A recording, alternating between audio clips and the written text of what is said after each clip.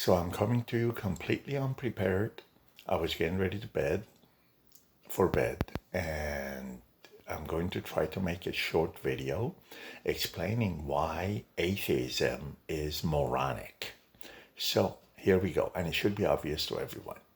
All right, so if a hedonist, someone who doesn't care what they do, has no morality, okay? Psychologists call them psychopaths, sociopaths, but they just call them hedonists. So if they come to you and they say, listen, I've decided to live a life of pleasure completely for my own pleasure, and you tell them, I want to do whatever I want to do. It doesn't matter. Whatever I feel like doing, I don't care if it's illegal, immoral, whatever, I'm going to do it. If they tell you that, then what can you possibly tell them that would change their mind? If they don't believe in the life in the hereafter, right? There's nothing you can tell them. For example, if you tell them, hey, you may get caught, they're like, I don't care. First of all, a lot of people don't get caught. Police departments all across the world are full of cold cases, right? And if they tell you this, and I'm not going to get caught, I'm very smart. No matter what I do, I will calculate it. I will recalculate it. I will calculate it 1,000 times. So there is a 80%, 85% chance, 75% chance that I will not get caught. And I'm willing to take that shot. So there you go. And then you're like, okay, what about leaving the better world for your children or for the people of the future? And they'll be like, I don't give a darn about that. I only care about my own pleasures. I don't care about the future. I don't care. I'm not going to have any kids. And I don't care about anybody's future, anybody's life. All I want to do is from now till the time I take my last breath, I have the most pleasure whatsoever.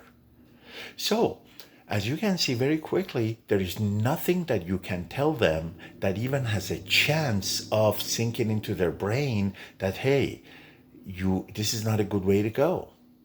Okay? And if you tell them it may shorten your life, they say, I don't care. If I live 50 years, it's better to live it with utmost pleasure than 90 years without utmost pleasure. So as you can see, I've given 3 arguments. The arguments of you may get caught, they're like, no, I won't. Even if I do, it'll be worth it. But I most likely won't. Then living a better world for others, they're like, I don't care. I only care about my own pleasures, and it shortens your life. And they say, I don't care. So a life short-lived but with utmost pleasure is worth more than a life long-lived without utmost pleasure. Any other argument will not work, will not have a chance at convincing this person. And you can see they're throwing back convincing arguments at you, right? The only argument that you can tell them is that, hey, everybody dies, you are not excluded from that, and after we die, there is going to be a judge waiting for you on the other side to judge your souls based on what you did in this life.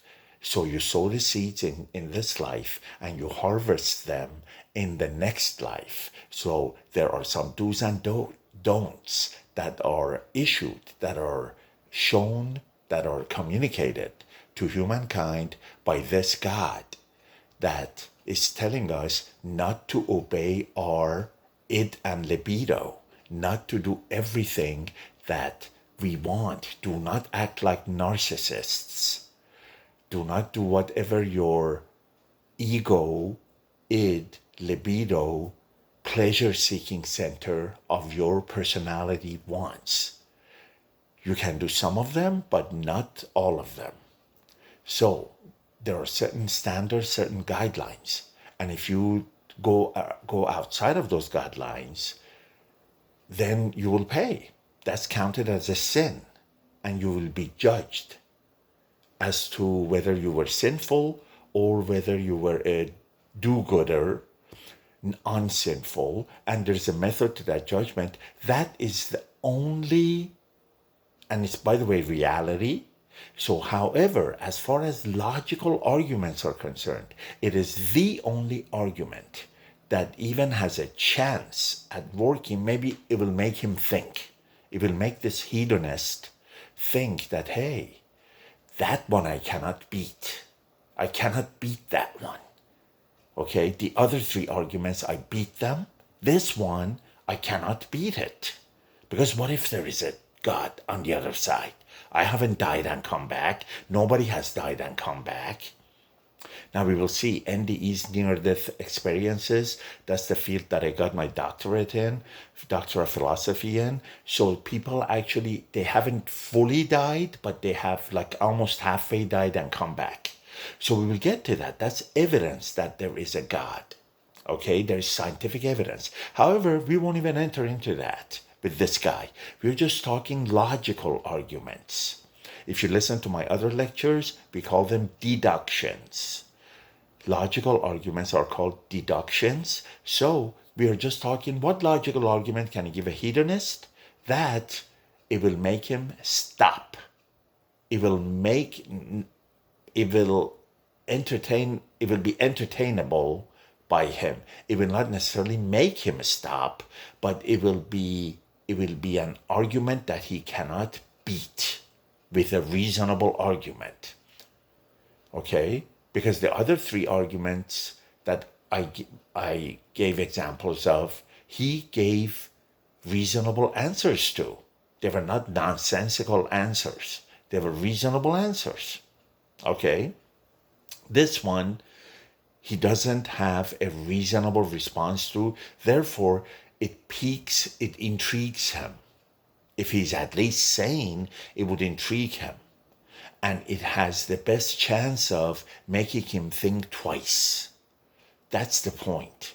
Therefore, without a God, morality of human beings is impossible, based on the argument that I just gave you.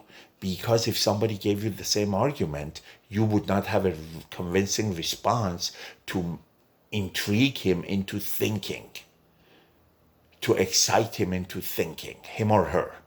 So think about that. Make comments below this video. I have thought about this. However, I'm always open to new thoughts. I am an academic from cradle to grave.